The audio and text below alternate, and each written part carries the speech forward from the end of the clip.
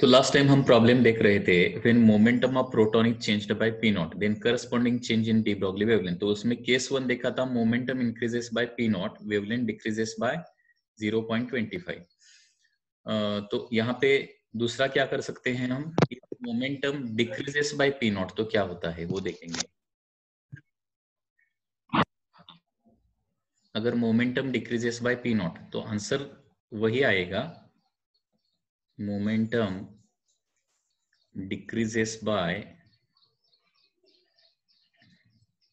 Momentum अगर decreases by P not आता है, अगर मोमेंटम डिक्रीज होता है तो वेवलेंथ क्या हो जाएगा, इंक्रीज हो जाएगा, वेवलेंथ इंक्रीजेस बाय 0.25%। तो यहाँ पे once again same formula we can use, delta lambda by lambda is equal to delta p by p. So delta lambda by lambda will be 0.25 divided by 100 होगा, क्योंकि 0.25% मतलब initial अगर wavelength 100 है तो कितने से चेंज होने वाली है 100, इनिशियल अगर 100 है तो 0.25 से वो चेंज होने वाली है wavelength.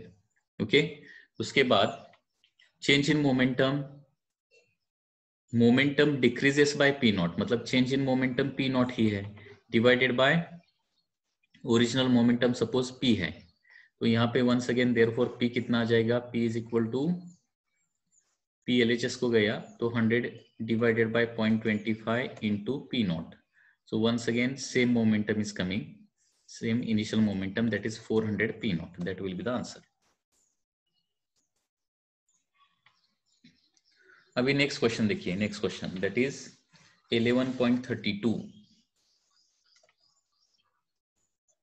11.32 the kinetic energy of electron is 5 electron volt. यहाँ पे काइनेटिक एनर्जी ऑफ इलेक्ट्रॉन दिया गया है and this is 5 electron volt है। कैलकुलेट डी ब्रॉय वेवलेंथ, तो डी ब्रॉय वेवलेंथ निकालना है हमें। ओके, तो यहाँ पे D Broglie wavelength of electron हमें फॉर्मूला पता है already. Okay, D Broglie wavelength of electron, D Broglie wavelength of electron क्या रहता है, that is lambda is equal to 12.27 divided by root V, या फिर दूसरा फॉर्मूला यूज करेंगे दैट इज स्क्वायर रूट वाला, कंप्लीट स्क्वायर रूट वाला formula, that is 150 divided by square root of 150 by v, you know this formula in angstrom. Okay, तो यहाँ पे जितना पीडी होता है उतना ही काइनेटिक एनर्जी होता है इलेक्ट्रॉन के लिए, तो डायरेक्टली हम यहाँ पे वैल्यू लिख सकते हैं। सो 150 डिवाइडेड बाय क्या हो जाएगा 5, सो वेवलेंथ आ जाएगा √30 एंगस्ट्रॉम। अभी √30 कैसे निकालना है, 30 इज क्लोजर टू 25 ना, सो 30 √30 हमें कैसे निकालना है, शॉर्टकट फॉर्मूला आपको पता है, √30 मतलब उसका क्या करना पड़ेगा, 25 + 5 करना पड़ेगा, उसके बाद 25 का square root 5 plus 5 divided by इस 5 का डबल मतलब 10, सो अप्रोक्सीमेटली 5.5 आता है, 5.5 एंगस्ट्रॉम। ओके, बुक में दिया है 5.47, तो 5.5 angstrom will be the answer. So अगर काइनेटिक एनर्जी दिया है तो वो फी की जगह डायरेक्टली काइनेटिक एनर्जी रख सकते हैं, लेकिन कंडीशन इज दैट यहाँ पे काइनेटिक एनर्जी इलेक्ट्रॉन वोल्ट में ही होना चाहिए, तभी ये कैलकुलेशन हम कर सकते हैं, that is the shortcut method. उसके बाद 11.33 क्वेश्चन, इसमें once again question of electron है, क्वेश्चन ऑफ इलेक्ट्रॉन, एंड इस इलेक्ट्रॉन का वंस अगेन काइनेटिक एनर्जी दिया गया है। इलेक्ट्रॉन का काइनेटिक एनर्जी कितना है, 120 इलेक्ट्रॉन वोल्ट काइनेटिक एनर्जी है, and based on that we have to calculate wavelength, उसके बाद मोमेंटम, एंड उसके बाद उसका स्पीड भी निकालना है, फी निकालना है, V. This is the first, this is second, this is third. अभी फर्स्ट डी ब्रॉय वेवलेंथ कैसे निकालते हैं, दैट इज स्क्वायर रूट का फॉर्मूला यूज करता हूं, that is 150 divided by 120। Okay, so ये फॉर्मूला हमेशा ध्यान में रखिए, डी ब्रॉय वेवलेंथ का फॉर्मूला रहता है रूट 150 बाय v रहता है या फिर root 150 by kinetic energy in electron volt, क्योंकि आपको पता है जितना एक्सेलरेटिंग पीडी इन वोल्ट रहता है उतना ही kinetic energy in electron volt रहता है। This is only for electron and proton. तो यहाँ पे so this is formula only for electron, this is not for the proton. Okay, so 0 0 get cancel, इसको यहाँ से 3 से डिवाइड किया तो 5/3, so रूट ऑफ 5/3 मतलब 1.66। अभी 1.66 किसके क्लोज है, 169 के क्लोज है ना, 169 का स्क्वायर रूट कितना आता है 13, सो अप्रोक्सीमेटली 1.3 एंगस्ट्रॉम आ जाएगा। डी ब्रॉगली वेवलेंथ कितना आ जाएगा, हाँ 5/4 आ जाएगा, सॉरी यहाँ पे 5/4 आ जाएगा, 5/4। सो 5/4 मतलब 1.25, 1.25 और 1.25 इट इज क्लोज टू 1.21 ना, 121 के क्लोज है। सो 121 का स्क्वायर रूट आता है 11, सो 1.1 के थोड़ा सा ऊपर आ जाएगा वेवलेंथ एंगस्ट्रॉम में, 1.1 के थोड़ा सा ज्यादा। सो एग्जैक्ट आंसर 1.12 है, 1.12 that is the answer.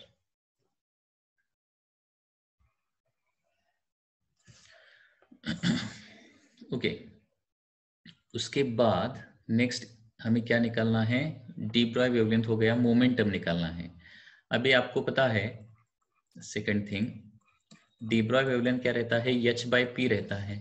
So by using this formula we can calculate p momentum. Okay, so p is equal to h/λ रहेगा। Okay, p is equal to h/λ, so therefore p is equal to h का value 6.63 into 10 raised to minus 30, 6.63 into 10 raised to minus 34. Okay, that is the value of h divided by lambda कितना है 1.12 angstrom में है, 10 raised to minus 10। तो 6.6 को approximately 1.1 से divide किया तो अप्रोक्सीमेटली 11 6 are 66 ना, सो 6 into 10 raised to 6 into 10 raised to कितना आ जाएगा -24 kg मीटर पर सेकेंड, ये मोमेंटम आ जाएगा। सो momentum can be calculated by formula h/λ, by using h/λ calculate कर सकते हैं, अदरवाइज अल्टरनेटिव मेथड भी है इसका, अल्टरनेटिव मेथड। अल्टरनेटिव मेथड क्या है देखिए, p is equal to square root of 2 times mass into kinetic energy रहता है। ये फॉर्मूला भी यूज कर सकते हैं because kinetic energy is given, but यहाँ पे थोड़ा सा ज्यादा कैलकुलेशन रहेगा, आंसर तो वही आ जाएगा। Square root of 2 mass of electron is 9.1 into 10 raised to minus 31, kinetic energy कितना है 120, लेकिन वो इलेक्ट्रॉन वोल्ट में है, 120 into 1.6 into 10 raised to minus 19। Okay, so book में इस तरह से कैलकुलेशन किया गया है by alternative method.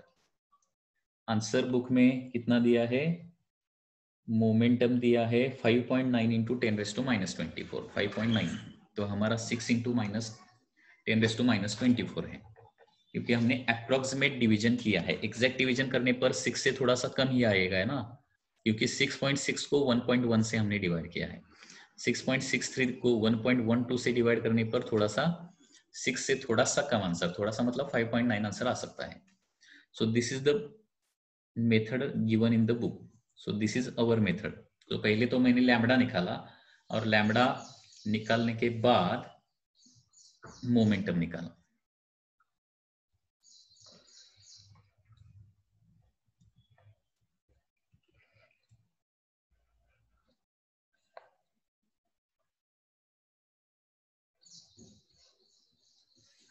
Okay, third thing is that उसका वेलोसिटी भी निकालना है। अगर मोमेंटम मिला तो वेलोसिटी निकालना आ सकता है, या फिर वहां पे अभी वेलोसिटी निकालने के लिए दो मेथड है। but after momentum you can calculate velocity because momentum is equal to mass into velocity, या फिर kinetic energy is equal to half mv square. Okay, so by using these two methods you can calculate the velocity. So by using momentum it will be better. Okay, so p is equal to mv रहता है and therefore velocity is equal to momentum divided by the mass. So momentum कितना है, that is 6 into 10 raised to 24 है, minus divided by mass of electron कितना रहता है 9.1 into 10 raised to minus 31. तो यहाँ पे 6 डिवाइडेड बाय 9 अप्रोक्सीमेटली किया, अप्रोक्सीमेटली 0.7 आ जाएगा. 0.7 6 बाय 9.1 मतलब 0.7. यहाँ पे स्पीड दिया है 6.5 into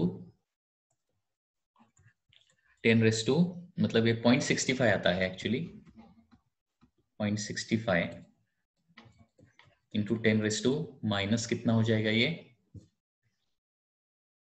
सॉरी +7 आता है, +7. -31 ऊपर गया तो +31, +31 -24 that is +7. So phi 6.5 into 10 raised to 6 meter per second. So in this way you can do the calculation.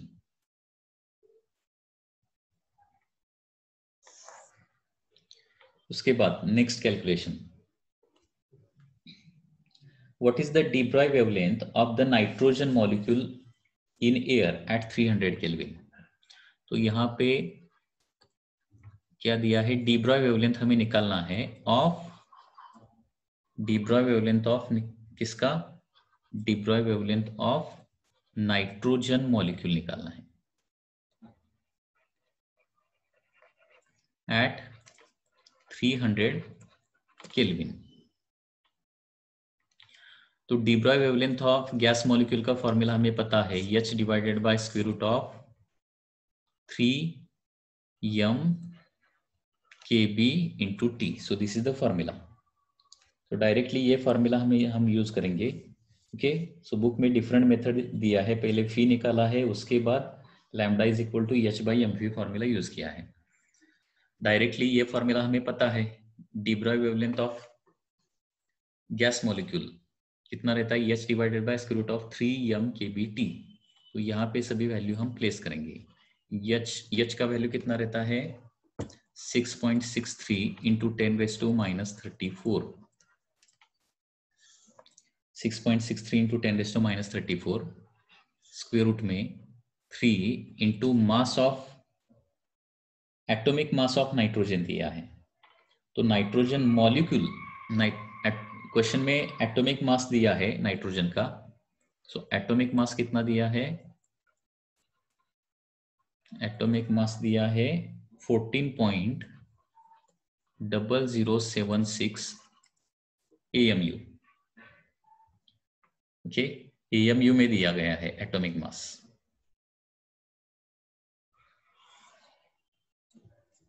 Okay, तो यहाँ पे मास ऑफ नाइट्रोजन मॉलिक्यूल हमें लेना है. अभी ये एटॉमिक मास मतलब एक नाइट्रोजन एटम का हो गया.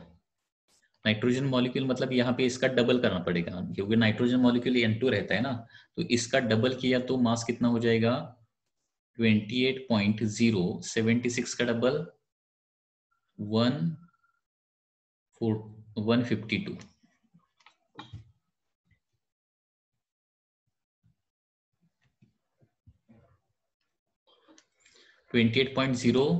152. लेकिन ये AMU में है, एटॉमिक मास यूनिट में है. तो U कितना रहता है 1.67 into 10 raised to minus 27 रहता है, ये पता होना चाहिए. 1U मतलब कितना रहता है 1.67 into 10 raised to minus 27 kilogram रहता है, क्योंकि किलोग्राम में मास चाहिए. KB मतलब Boltzmann constant. Okay, Boltzmann constant का वैल्यू यहाँ पे देना चाहिए, नहीं दिया गया है बोल्ट्जमैन कांस्टेंट का value. Okay, okay?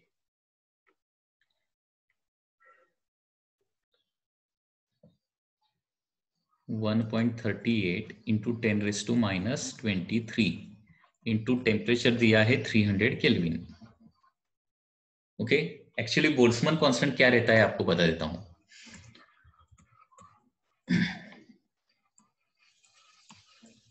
Boltzmann constant. Boltzmann constant is denoted by Kb and ये रहता है, this is Boltzmann constant is the ratio of that is R divided by Na. मतलब यूनिवर्सल गैस कांस्टेंट R क्या है universal gas constant divided by Na, मतलब Avogadro number है. सो R divided by Na का जो रेशियो है उसको हम बोल्ट्जमैन कांस्टेंट बोलते हैं. R का वैल्यू कितना रहता है 8.31 रहता है ना, एंड Na का वैल्यू कितना रहता है 6.022 इंटू 10⁻23 रहता है. तो इसका डिवीजन करने पर 8 डिवाइडेड बाय 6 अप्रोक्सीमेटली 8.38 आ जाएगा, एंड 10⁻23 के ऊपर गया तो 10⁻⁻23 हो जाएगा. So in this way Boltzmann constant का वैल्यू आता है. So this is Boltzmann constant.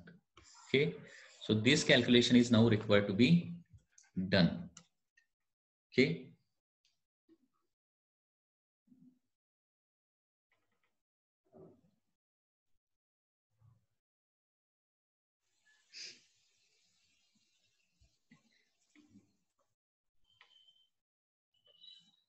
Calculation करने पर इसका डी ब्रॉगली वेवलेंथ आता है 2.751 into 10⁻⁻11 metre. Okay, 2.751 into 10⁻⁻11 metre, that is the de Broglie wavelength. Okay, so यहाँ पे बहुत ज्यादा कैलकुलेशन है, तो ये calculation by using log table हम कर सकते हैं.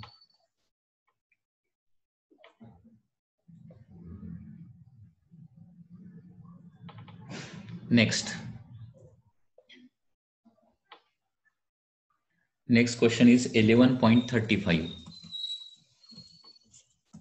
11.35. The wavelength of light from the spectral emission line of sodium is 589. तो wavelength of light, one light दिया गया है एंड वेवलेंथ कितना है 589 नैनोमीटर है. 589 nanometre. Find the kinetic energy at which, ये क्या है वेवलेंथ ऑफ लाइट है, लाइट डी ब्रॉय वेवलेंथ नहीं है. This is wavelength of light from a spectral emission of sodium है 589. Find the kinetic energy at which an electron and a neutron would have same de Broglie wavelength. तो इतना ही wavelength होने पर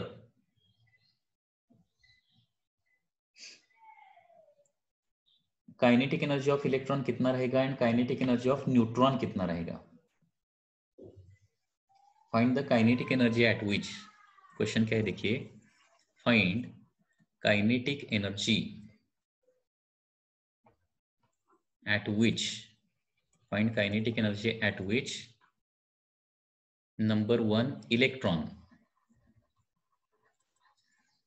and number 2 neutron, electron and neutron have same de Broglie wavelength. de Broglie wavelength. Okay, question बहुत easy है, difficult नहीं है. तो यहाँ पे जितना लाइट का वेवलेंथ है ना उतना ही वेवलेंथ अगर हमने इलेक्ट्रॉन का लिया तो उसका काइनेटिक एनर्जी कितना हो जाएगा. जितना वेवलेंथ लाइट का मतलब 589 नैनोमीटर है उतना ही मैंने न्यूट्रॉन का अगर डी ब्रॉय वेवलेंथ लिया तो उसका भी काइनेटिक एनर्जी कितना होने वाला है. तो यहाँ पे हमें काइनेटिक एनर्जी दिया गया है और हमें वेवलेंथ निकालना है. किसका वेवलेंथ निकालना है, पहले इलेक्ट्रॉन का, उसके बाद न्यूट्रॉन का. तो पहले इलेक्ट्रॉन का वेवलेंथ निकालते हैं, D Broglie wavelength of electron. अभी वेवलेंथ ऑफ इलेक्ट्रॉन का फॉर्मूला तो आपको पता है. वेवलेंथ ऑफ इलेक्ट्रॉन का फॉर्मूला क्या रहता है, सॉरी काइनेटिक एनर्जी निकालना है ना, वेवलेंथ दिया गया है. Sorry, first of all kinetic energy of electron निकालना है. Kinetic energy of electron. Okay, अभी वेवलेंथ ऑफ इलेक्ट्रॉन का फॉर्मूला हमें पता है. कौन सा फॉर्मूला है, दैट इज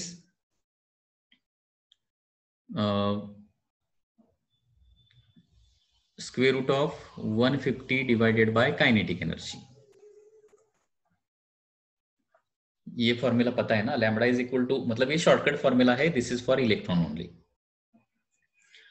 मतलब इलेक्ट्रॉन का, अगर इलेक्ट्रॉन वोल्ट में हमें काइनेटिक एनर्जी पता है तो उसका डी ब्रॉगली वेवलेंथ कितना आता है, square root of 150 by kinetic energy आता है। ओके, सो बुक में डिफरेंट मेथड यूज करके यहाँ पे सॉल्व किया गया है, हम ये शॉर्टकट मेथड यूज करके सॉल्व करेंगे। So kinetic energy of electron कितना रहता है, square root of, sorry wavelength of electron कितना रहता है, square root of 150 by kinetic energy. तो काइनेटिक एनर्जी निकालने के लिए दोनों साइड का मुझे स्क्वायर करना पड़ेगा, and therefore lambda square is equal to 150 divided by kinetic energy. ठीक है, तो यहाँ पे काइनेटिक एनर्जी ऑफ इलेक्ट्रॉन आ जाएगा, that is 150 divided by lambda square. So 150 divided by lambda square, लेकिन यहाँ पे लैम्बडा किस यूनिट में रहता है, एंगस्ट्रॉम में। तो ये नैनोमीटर में है ना, तो नैनोमीटर का एंगस्ट्रॉम में कैसे कन्वर्जन करते हैं, एक जीरो ऐड करके, मैंने बताया how to convert nanometer into angstrom, add 1 zero. तो यहाँ पे एंगस्ट्रॉम में वेवलेंथ कितना आ जाएगा, 5890 एंगस्ट्रॉम। तो 5890 इसका square 150, okay, sorry kinetic energy lambda square is equal to 150 by KE, so KE is equal to 150 by lambda square, so 150 by 5890 square. तो इतना काइनेटिक एनर्जी आपका आने वाला है। तो ये कैलकुलेशन करना पड़ेगा। ओके, अगर अप्रोक्सीमेट कैलकुलेशन करना चाहते हैं तो 5890 को अप्रोक्सीमेटली पहले 6000 कीजिए और 6000 कंसिडर करके भी कैलकुलेशन कर सकते हैं। सो पहले हम अप्रोक्सीमेट करेंगे, अप्रोक्सीमेट 150 डिवाइडेड बाय 6000 मतलब 6 इंटू 10⁻3, 6 इंटू 10⁻3 का स्क्वायर 36 इंटू 10⁻6 हो जाएगा। अभी इसको मैं 3 से डिवाइड करता हूं, 50, ओके, उसके बाद इसको 4 से डिवाइड करता हूं, 4 से 4 3 आर 12 एंड 4 से यहाँ पे डिवाइड किया तो 12.5 आ जाएगा। सो 12.5 डिवाइडेड बाय 3,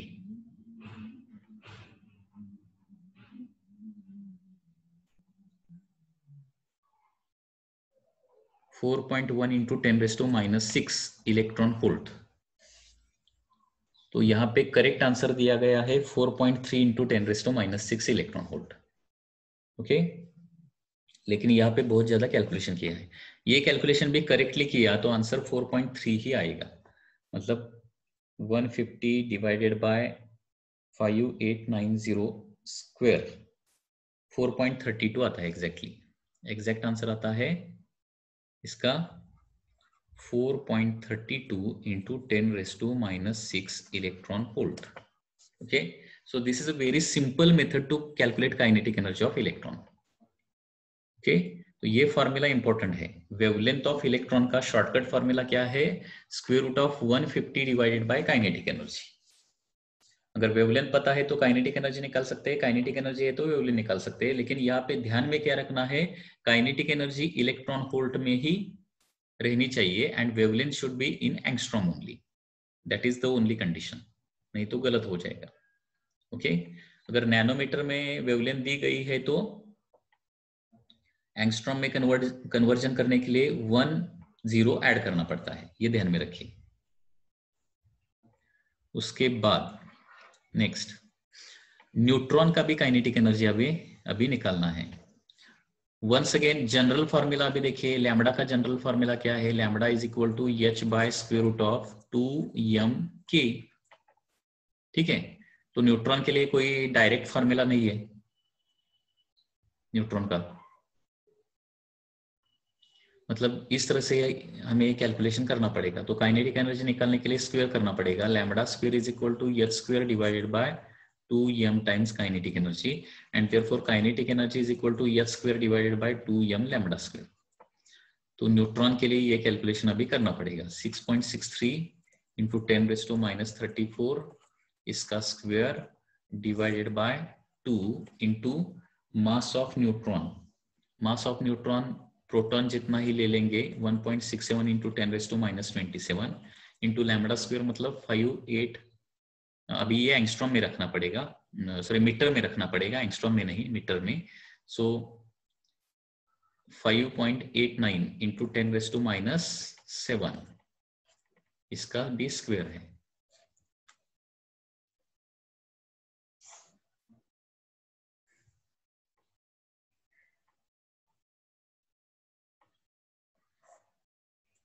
ओके, यहाँ पे कुछ डाउट है क्या? क्योंकि 589 नैनोमीटर मतलब 589 इंटू 10⁻⁹, तो 5.89 इंटू 10⁻⁷ इसका स्क्वायर किया है मैंने। तो ये कैलकुलेशन अभी करना पड़ेगा। तो ये काइनेटिक एनर्जी किस में आ जाएगा? जूल में आ जाएगा, क्योंकि यहाँ पे सभी एसआई सिस्टम में वैल्यू प्लेस किया है। तो इसका वैल्यू आ जाएगा that is 6.94 into 10⁻⁻25 joule. Okay,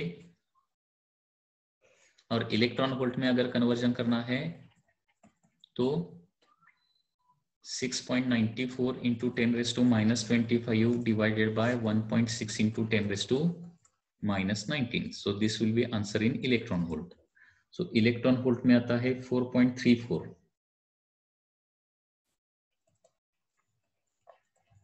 into 10⁻⁻6. Sorry, इसका answer just a minute, joule में चेक करना पड़ेगा, जूल में कितना आता है।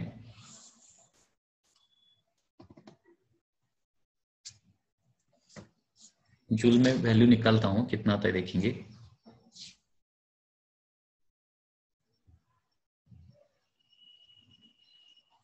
Six 6.63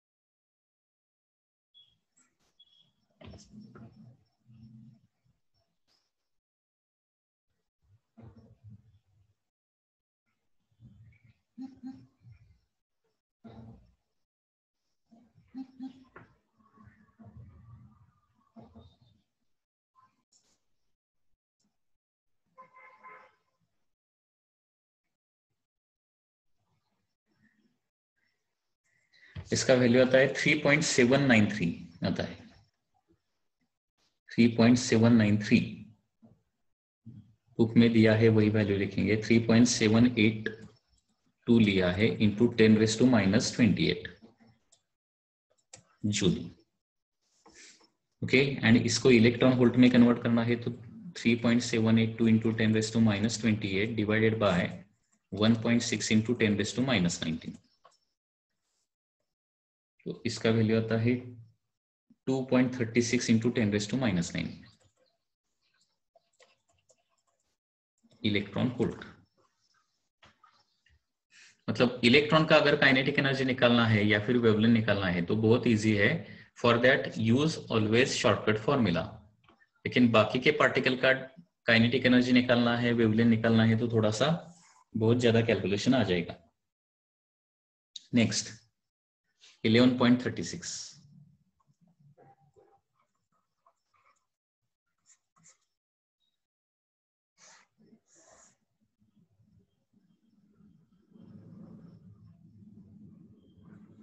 this is for neutron na?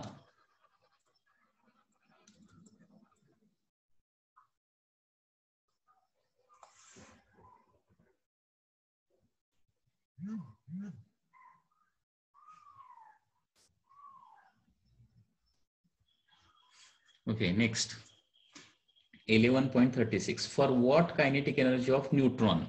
Once again kinetic energy of neutron निकालना है। For what kinetic energy of neutron de Broglie wavelength is? De Broglie wavelength is 1.40 into 10⁻⁻10 meter.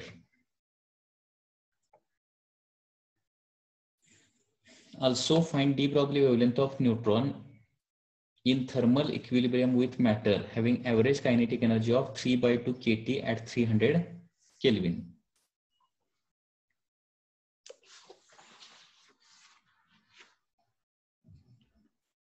तो पहले वेवलेंथ दिया है और काइनेटिक एनर्जी निकालना है, kinetic energy of neutron निकालना है। तो वंस अगेन यहाँ पे लैम्बडा का फॉर्मूला क्या है, lambda is equal to h divided by square root of 2m_k। तो स्क्वायर करने पर lambda square is equal to h square divided bye